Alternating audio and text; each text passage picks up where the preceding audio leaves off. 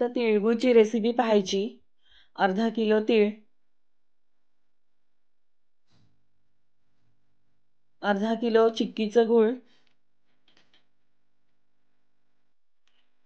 पाव किलो शेंगदाणे भाजून क्रश केलेले आहेत,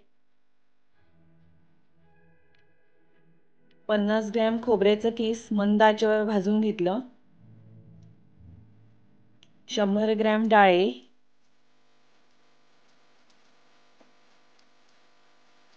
थोडेसे बडीशेप भाजून घ्यायचे, वेलची आणि साखरेची पूड घेतलेली आहे,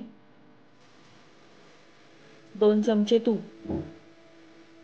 मंद गॅसवर कढई ठेवली, तीळ टाकले, तीळ लालसर होईपर्यंत भाजायचे, परतत राहायचे। कलर चेंज झाला की तीळ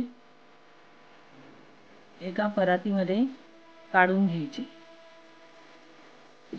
तूप टाकायचं त्याच कढईमध्ये, तूप वितळून घ्यायचं, गूळ टाकायचं, गूळ ढवळत राहायचं,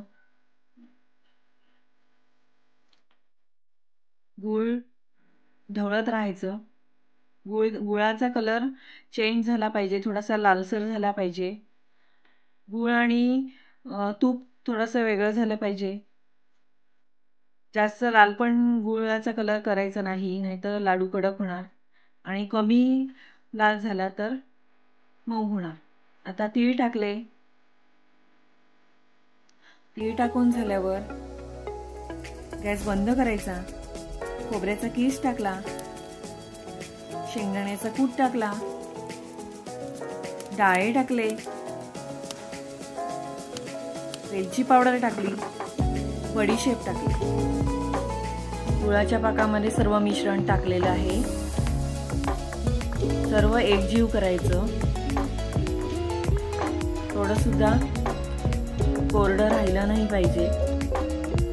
गॅस बंद केलेला आहे आपण।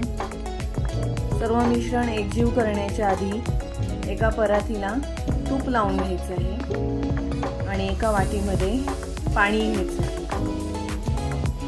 व्यवस्थित मिक्स करून घ्यायचं सर्व मिश्रण एकजीव झालेलं आहे।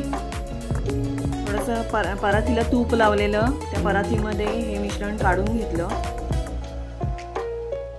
हाताला चटका लागू नये म्हणून आपण थोडंसं हाताला पाणी लावायचं आणि लाडू वळायचे। जर हे मिश्रण थंड झालं तर लाडू वळत नाही, ते कडक होते।